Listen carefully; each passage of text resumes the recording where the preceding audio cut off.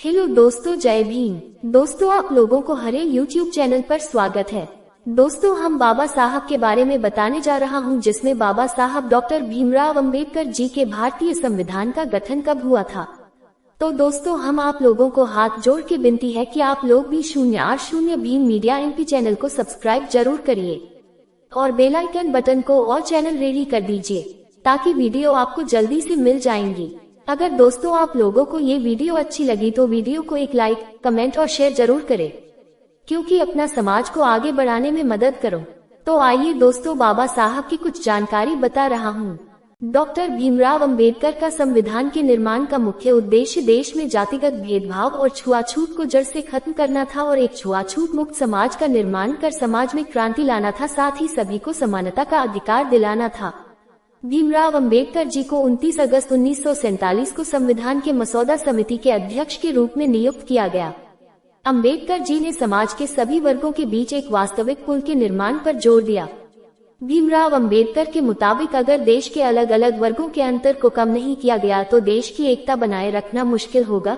इसके साथ ही उन्होंने धार्मिक, लिंग और जाति समानता पर खास जोर दिया।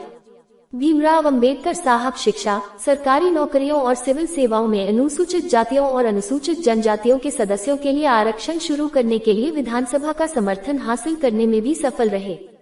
भारतीय संविधान ने भारत के सभी नागरिकों को धर्म की स्वतंत्रता का अधिकार दिया, छुआछूत को जड़ से खत्म किया, महिलाओं को अधिकार दिलवाए, समाज के वर्गों के बीच में फैले अंतर को खत्म किया।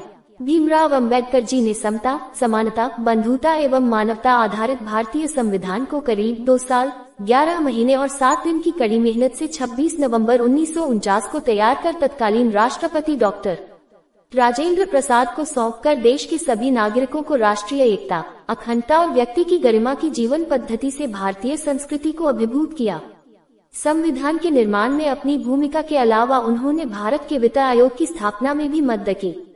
आपको बता दें कि उन्होंने अपनी नीतियों के माध्यम से देश आर्थिक और सामाजिक स्थिति में बदलाव कर प्रगति की।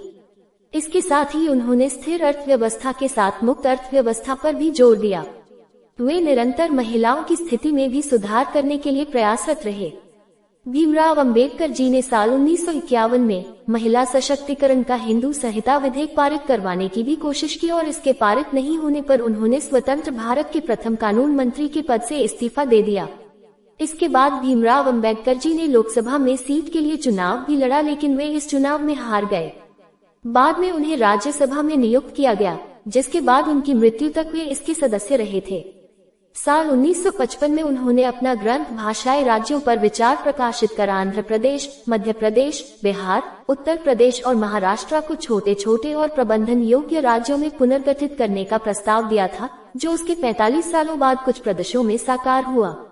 डॉक्टर भीमराव अंबेडकर जी ने निर्वाचन आयोग, योजना आयोग, वित्त आयोग, महिला पुरुष के लिए समान नागरिक हिंदू संहिता, राज्य पुनर्गठन, बड़े आकार के राज्यों को छोटे आकार में संगठित करना, राज्य के नीति निर्देशक तत्व, मौलिक अधिकार, मानवाधिकार, कंप्ट्रोलर और ऑडिटर जनरल, निर्वाचन आयुक्त और राजनीतिक ढांचे को मजबूत बनाने वाली सशक्त, सामाजिक, आर्थिक, शैक्षणिक एवं विदेश नीतियां भी बनाई।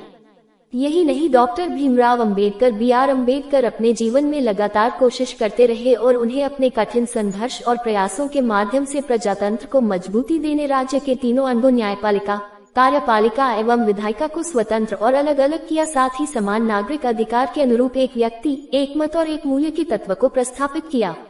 इसके अलावा विलक्षण प्रतिभा के धनी भीमराव अंबेडकर जी ने विधायिका, कार्यपालिका एवं न्यायपालिका में अनुसूचित जाति एवं जनजाति के लोगों की सहभागिता भी संविधान द्वारा सुनिश्चित की और भविष्य में किसी भी प्रकार की विधायिकता जैसे ग्राम पंचायत, जिला पंचायत, पंचायत राज इत्यादि में सहभागिता का मार्ग प्रशस्त किया।